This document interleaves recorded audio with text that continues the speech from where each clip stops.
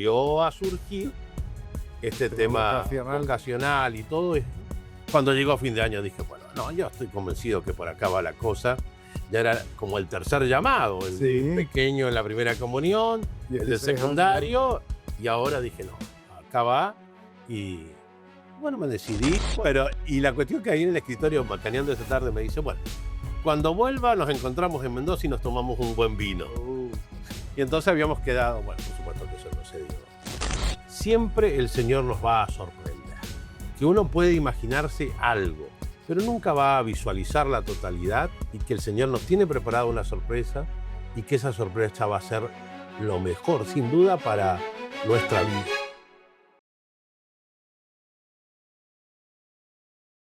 Pues saludos a todos en un nuevo podcast, aquí hoy con Monseñor Gustavo Larrazábal, aunque él me ha corregido y me dice, no, Monseñor no. Yo he dicho, bueno, padre obispo, que sé que era Argentina si acaso, pero bueno, Gustavo, bienvenido y muchas gracias por acceder a este tiempo, sacar un ratito para nosotros. No, por favor, José Enrique, un gusto poder saludarte a vos y bueno, y a todos los que nos vean, ¿no? Eso. Los que nos miren, que esperemos que sean muchos. A ver, Dios quiera. Oye, y me he enterado, me ha dicho un pajarito, que tú antes de ser claretiano eras periodista. ¿Cómo es eso? Bueno, efectivamente, yo cuando termino el secundario, nosotros vivíamos en una ciudad de la Argentina, Córdoba, con mis padres, que había ido ahí por cuestiones laborales, y volvimos a Mendoza, de donde yo soy oriundo, donde yo nací. Y entonces, como tuvimos que cambiar justo a fin de año, yo no pude hacer el curso preuniversitario. Estoy hablando de 1980, mirá de los años... Oye, te conservas bien, ¿no? de los años que estamos hablando, ¿no? Y entonces yo me presenté en una radio a buscar trabajo, hablé con uno de los directivos de la radio. A mí me gustaba mucho el deporte, el fútbol. Y entonces este hombre me tomó unas pruebas. Yo no había estudiado en aquella época. La carrera de periodismo no era una carrera tan conocida como hoy en día, menos aún la de periodista deportivo. Periodistas deportivos éramos gente apasionada y punto. Y entonces me tomó y trabajé varios años así en una emisora de Mendoza que se llama LB10 Radio de Cuyo. Y eso a mí me ha ayudado mucho en la vida, ¿no? Porque eso, indudablemente, te da sí, para poder expresarte, muchas herramientas, elementos, y eso me han ayudado a lo largo, digamos, de mi tarea luego, porque a la hora de la predicación y todo, el hecho de ya estar acostumbrado a hablar en público y todo eso, digamos, son herramientas que uno tiene. No quita que uno deba después preparar correctamente lo que tienes que decir. Hombre, claro, una cosa no resta la otra. Bueno, pues eres misionero claretiano, evidentemente. También ahora mismo auxiliar obispo auxiliar en San Juan de Cuyo, en Argentina, porque si nos ven desde fuera de Argentina. Entonces yo querría preguntarte un poquito por tus primeros pasos en la fe. ¿Cuándo dirías tú que fue el primer momento en que asumiste que, oye, Dios existe, ya no es que me lo estén contando, sino que yo me he encontrado con él? Aunque no lo creas, fue de muy pequeño. De muy pequeño. Para mí fue una experiencia muy, muy fuerte la primera comunión. La primera comunión, a 10 añitos o antes incluso. Sí, antes incluso, yo te diría 8. Wow. Sí, fue en el año 70 más o menos. Sí. No lo hiciste por los regalos, como muchos decimos. No.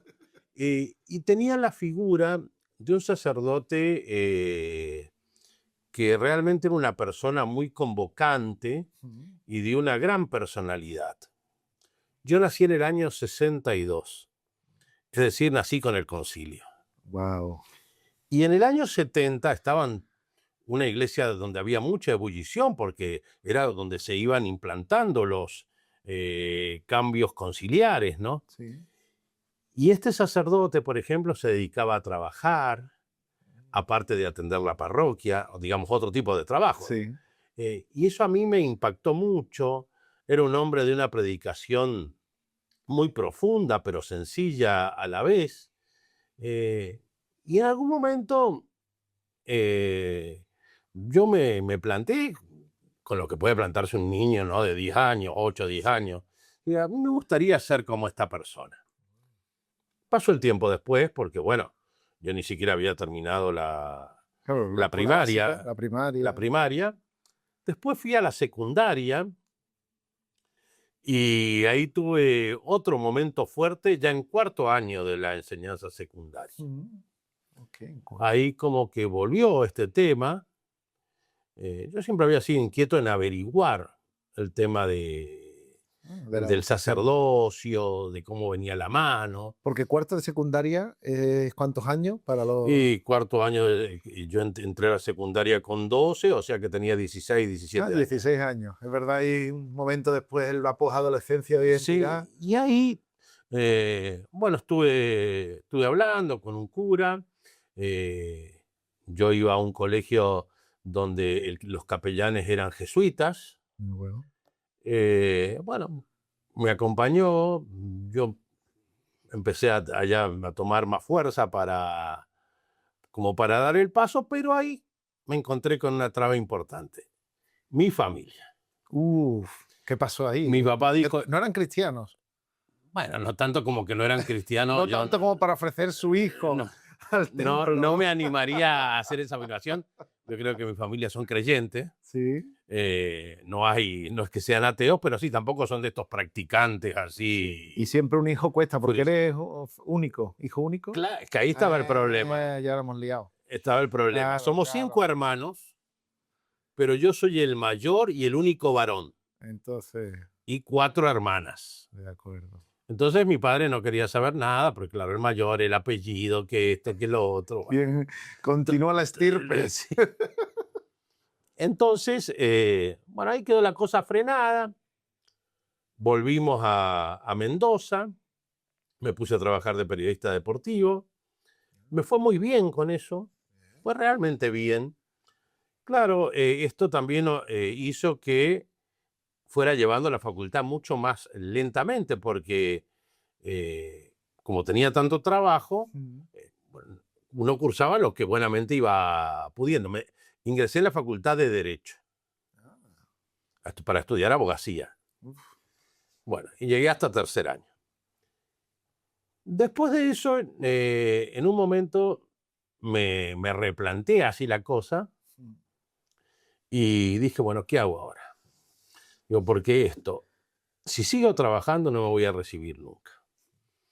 Porque ya cada vez tenía más trabajo, muchas horas en la radio, ya me habían dado otro tipo de programas. Entonces, y yo verdaderamente me parecía importante recibirme. Entonces, con otro compañero de la facultad decidimos volver a Córdoba. Sí, para dejar el trabajo, y como en Córdoba el régimen, digamos, de la universidad era más flexible en el sentido de que vos podías cursar algunas materias, pero otras las podías rendir libres. Oh, interesante. Entonces yo dije, bueno, acá vamos a adelantar. Y cuando llego a Córdoba, a los pocos meses, me cruzo con un claretiano, sin saber, Sí. sin saber nada, ni quién era Claret, ni quiénes eran los claretianos, nada. Yo vivía con este otro muchacho en una pensión de estudiantes universitarios y habíamos visto un cartel que decía Misa de los Jóvenes, un domingo. Entonces, bueno, fui a misa. Al final estuve conversando con uno de los sacerdotes ahí mientras saludaba y me invitó a participar de un centro universitario que tienen los claretianos en Córdoba. Y a partir de ahí eran reuniones, charlas, qué sé yo, los días sábados. Sí. Y ahí me fui como enganchando y volvió a surgir este tema vocacional y todo eso. Y haciendo la corta, porque si no se extiende demasiado este tema. Cuando llegó a fin de año dije, bueno, no, yo estoy convencido que por acá va la cosa. Ya era como el tercer llamado, el de pequeño en la primera comunión, el de secundario, y ahora dije, no, acá va. Y bueno, me decidí, les pedí a los claretianos que quería entrar. ¿Y tus padres en este caso? También estaban enojados, no les gustaba mucho. Pero era el segundo golpe ya. Pero ¿no? ya no podía... dijeron, bueno, ya es grande, ya sabe lo que... ya tenía 23 años Habías prácticamente. trabajado, Había trabajado, independiente. tenía independencia, entonces... Y al principio no les gustó mucho, inclusive me recuerdo el primer año había dentro del seminario claretiano una fiesta que se llamaba Seminario y Familia, en el mes de octubre, en torno a la fiesta del Padre Claret. Se acerca drama, a ver qué pasó. Y no fueron, el primer año no fueron directamente.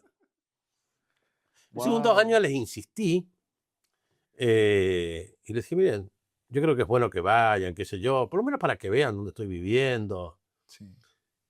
Y ellos quedaron tan contentos porque me vieron bien a mí y se encontraron con otros padres de otros chicos que estábamos ahí en el seminario y pudieron compartir experiencias y todo eso. Y a partir de ahí ya fue una cosa totalmente distinta. Y con el tiempo, ya cuando yo después hice los votos perpetuos, me ordené, los claretianos iban a comer a mi casa. Tus padres presumían. Los invitaban. Pero bueno, fue un camino...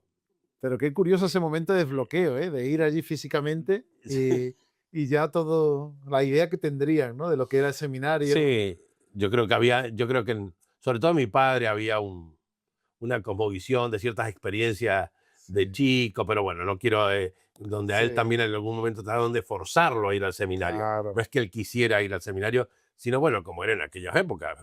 Mi padre sí, ya falleció, pero si viviera tendría 90 años, entonces... Wow. Oye, pues apasionante entonces, ¿no? Ese camino vocacional.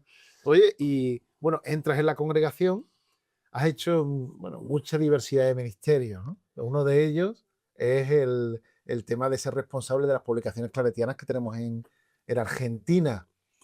Entonces ahí pudiste, y ya sabes por dónde va a ir la pregunta, ¿no? Tuviste la posibilidad de ser el que editaba los libros al futuro Papa, el cardenal Bergoglio. Cardenal Bergoglio. Entonces cuéntanos un poquito de esa relación. Yo llego a Buenos Aires en 1996. ¿De acuerdo? Llego como vicedirector de la editorial y ya en el 97 prácticamente quedo como director. En 1998, Monseñor Bergoglio asume como arzobispo de Buenos Aires. Él en ese momento, primero había sido obispo auxiliar, luego lo nombran coadjutor y a la muerte del obispo de Buenos Aires queda él, ¿no es cierto?, como arzobispo. Posteriormente va a ser cardenal. Bueno, entonces en el año 98, ya en el 97, perdón, yo lo había ido a ver a él para presentarme, para saludarlo, etc. Y relaciones públicas, ¿eh? Bueno, eso había que hacerlo, sí, eso siempre hay que hacerlo. Eso es verdad. Y por otro lado, las constituciones nuestras dicen que tenemos que ser eficaces colaboradores de nuestros pastores. Oh, él ha clavado. Es verdad. Me acuerdo de la Constitución y lo que no es poco, ¿eh? Lo tienes hombre, y ahí enseña ese anillo, ¿no? Porque el anillo arzobispal. ¿Se ve? ¿Dónde ahí? Aquí a la cámara tal vez. Ahí está. CMF, ¿eh? Y CMF, sí. El logo de la congregación, todo sí. Se le dije al artesano que me lo hizo, que quería un anillo claretiano y le di unos elementos y él lo diseñó realmente muy bien logrado, ¿no? Sí. Porque el artesano no conocía mucho de la congregación y sin embargo lo ha logrado muy hermoso y la verdad que le bien, ahí muy tengo mucho cariño al... Bueno, entonces volviendo, me preguntabas del tema de entonces, sí. Yo me voy a presentar a Bergoglio y en un momento él me dice, después en la segunda entrevista que tengo con él, mira, quiero que te hagas cargo un poco de las ediciones y no quiero que nadie más meta mano en el asunto. Claro, en el sentido de que para que tuvieran una unidad la cuestión, entiéndase bien lo que estoy diciendo, no era... Es que claro, es como si a cocinar, cada uno mete los ingredientes entonces que me dice, vos ocupate de todas la comunicación que sean de mis escritos pastorales. Sí. Bergoglio va a tener muchos libros pastorales con nosotros y solamente va a tener 2 libros, creo yo, con estas grandes editoriales, digamos, comerciales, donde está uno es el Jesuita y el otro no me acuerdo cómo se llama. Mejor, no damos detalles. No, sí, es que el Jesuita fue hace tantísimos años y el otro fue a los 10 años del pontificado, una cosa así que Francisco Leal, mismo periodista, que es un periodista argentino, Sergio Rubin.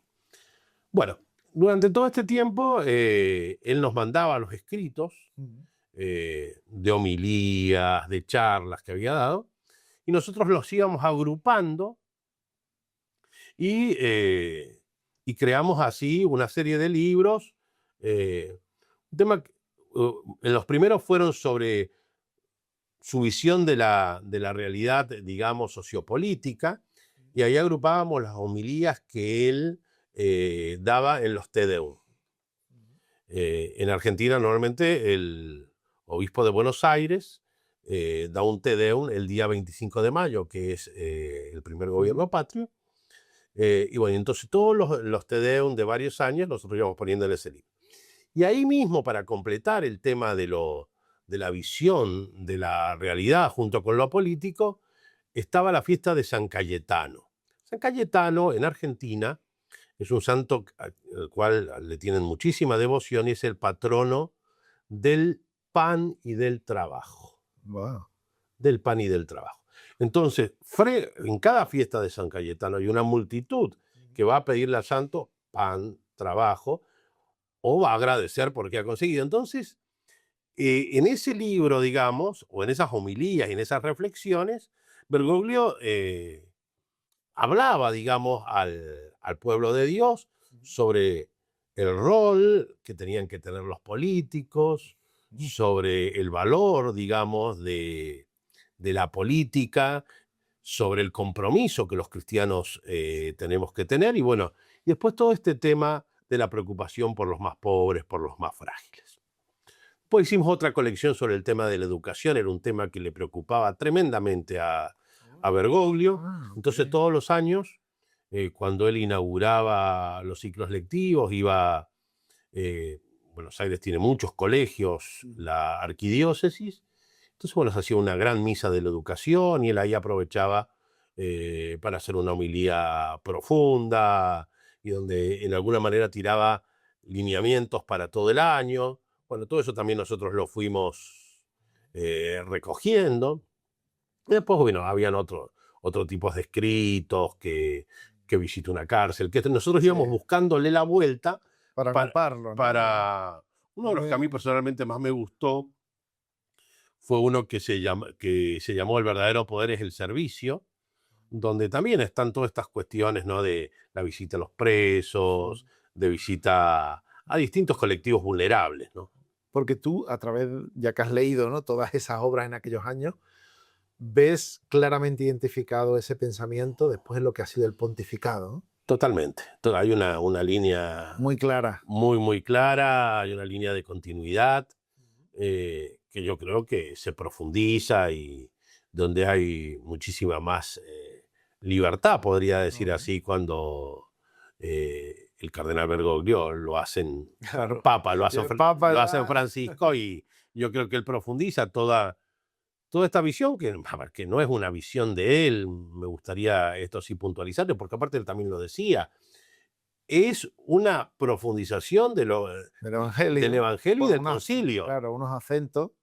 Con todos estos acentos conciliares que había que retomar, entre ellos, bueno, este famoso tema de la sinodalidad, ¿no? Que es uno del centro, digamos, de su pontificado en materia pastoral. ¿Y hay alguna novedad que tú hayas visto que el hecho de tener una visión universal de la Iglesia, él haya cambiado tal vez o matizado en sus pensamientos de su experiencia de iglesia local a iglesia universal? No lo sabría determinar. Creo que no.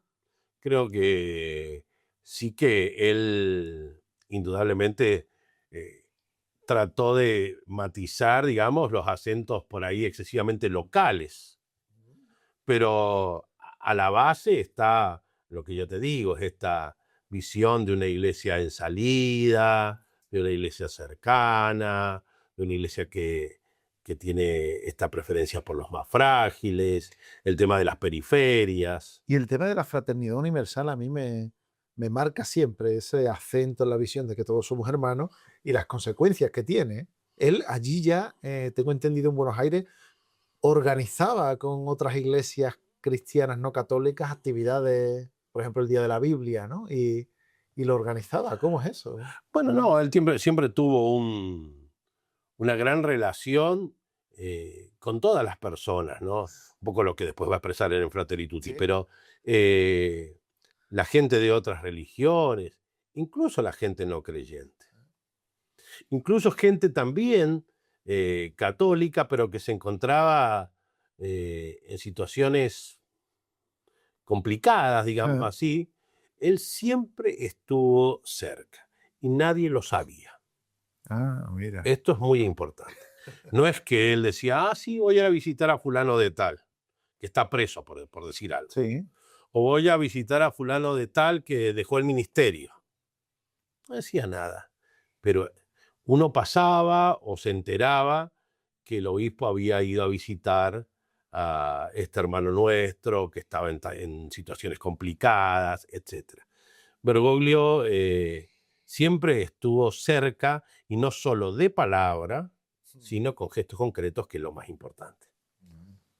Qué maravilla. Oye, Por lo menos lo que vivimos nosotros en Buenos no, Aires, ¿no? no. Sí, sí. No, esto de haber, hombre. Y Y esto, yo en eso tuve el privilegio, porque eso yo creo que ha sido un privilegio.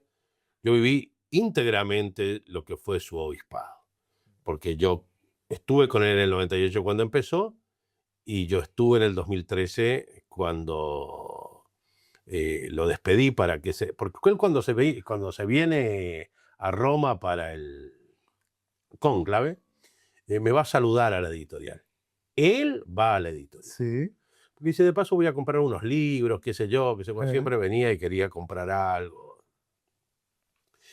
Y bueno, nos saludamos, charlamos un rato, así estábamos me recuerdo todavía como si fuera hoy, en el escritorio de La editorial. la Sí. editorial ahí de la dirección. Y yo ya justo en ese año a mí me había terminado, esto te estoy contando, era febrero del 2013, Benedicto renuncia el 11 de febrero. O sea que esto habrá sido más o menos el 20. Sí. Y a mí me habían trasladado a Mendoza. Después de 17 años dejaba la editorial. Wow.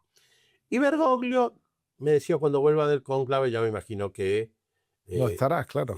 no solo que yo no iba a estar, sino que él mismo pensaba que ya le quedaba poco tiempo, porque él ya había presentado también la renuncia, porque había cumplido o estaba por cumplir los 75 años, cuando lo eligen papa. O sea, él recibió su propia renuncia en el escritorio cuando llegó a Son las horas recibir. posiblemente. Bueno, y la cuestión que ahí en el escritorio, macaneando esa tarde, me dice, bueno, cuando vuelva nos encontramos en Mendoza y nos tomamos un buen vino. Porque Mendoza es una tierra de vides. Oh, ok. No sabía. Tiene buen vino allí. vinos muy buenos en Mendoza, sí. Y entonces habíamos quedado, bueno, por supuesto que eso no se dio. No se dio nunca. Yo le traje algún vino alguna vez cuando lo vine a visitar a Roma. Porque sí, porque la amistad continuó. Sí, eso continuó. Qué bello. Siempre charlábamos. Era cariñoso y un hombre de estar en el detalle. Sí. Por ejemplo, qué sé yo, por ahí te sonaba el teléfono y era el día de tu cumpleaños y era él que te saludaba, ¿viste? Yo decía, primero que escuchaba ¿cómo puede ser? Pero ¿cómo puede ser que sea? Evidentemente que lo tendría notado, quisiera creer, obvio, ¿no? Pero que que te llame, que tenga tiempo. Siempre que le escribí, él te contestaba. Wow. Y siempre a mano, ¿no? Y se escaneaba el papel. Se escaneaba el papel. Y se envía el mail, ¿eh? Qué curioso. Bueno, lo vine a ver en el 2015. Vine 2 veces lo vi 2 veces, tampoco es que... Sí. Vine en los 12 años 2 veces. Vine en el 2015. Bueno, quería saludarlo y justo el padre general, el padre Abella, me había encomendado que él quería que yo le llevara una carta. Ya tenía la excusa perfecta. A Bergoglio para... Es un tema, ¿no? Para una carta a Bergoglio para invitarlo al capítulo y todo eso. Y bueno, entonces entonces me dice Abella, no, llévasela vos, dice, así lo venís a saludar y... Claro. Bueno, y efectivamente así fue. Entonces, bueno, y ahí le traje los vinos. Después de 2 años, lo habían elegido en el 2013, sí. En el 2015 le traje los vinos. Y después lo vi en el 2022, cuando me hicieron obispo, cuando vine al curso de... Es verdad, el que hay un curso para obispo, el que no lo sepa, os meten ahí en el aula y os Sí, dicen... una semana y te sacan obispo. Es que- Pero eso sería para hablarlo, ¿eh? Que os enseñan allí, aunque por cuestión de tiempo, pero que dais, bueno, un poco de No, todo. no. Administración, consejo, Yo te diría experiencia. que poco te enseñan. Hay que- Pero en el buen Te deforman allí, ¿no? No, no, no. Declaraciones en exclusiva, ¿eh? No, no, no. No, fue un curso muy interesante porque uno puede pensar que le van a enseñar tal cosa, que tal otro, que Sí. cuestiones de derecho. No sé cómo sería. En el caso En nuestro, vuestro año... nuestro año, fue fundamentalmente a profundizar todo el tema de la sinodalidad. Ah, bueno, porque es verdad que la iglesia estaba en esa ola. Entonces, bueno, la sinodalidad, el obispo en la sinodalidad, cómo nosotros tratar de fomentar la sinodalidad. Muy en sintonía contigo, había otros que O estaban sea, ahí pescando. yo realmente me sentí muy bien Claro. y creo que era muy positivo y que nos ayuda también a ver, porque si no uno puede quedarse con la imagen, ¿no? Que el obispo es Claro. simplemente un gestor. Sí. Si bien es cierto que tiene que gestionar la diócesis o ayudar a que otros también gestionen, porque nunca gestiona solo, pero fundamentalmente el obispo es un pastor, es un hermano que trata de ir acompañando y confirmando a todos en la fe y que vayamos caminando, ¿no? Claro. Entonces, para mí el curso de obispo fue una cosa muy, muy buena, ¿no? Qué bonito. Y muy hermoso esto que te estoy diciendo, de que realmente pudiéramos profundizar sobre estos aspectos de la sinodalidad, que más allá de que se hable mucho, creo que nos falta mucho, Esto es como el Concilio Vaticano II, ¿no? Faltarán 40 años para... Pero porque tenemos que ir no, concretizándolo integrando, ¿eh? y bueno, y ver cómo Bueno. llevamos adelante. Te cuento, ya que estamos, que en mi diócesis, este sábado, Sí. hemos inaugurado el tercer sínodo diocesano. Bueno, ojo. El anterior había sido hace 100 años.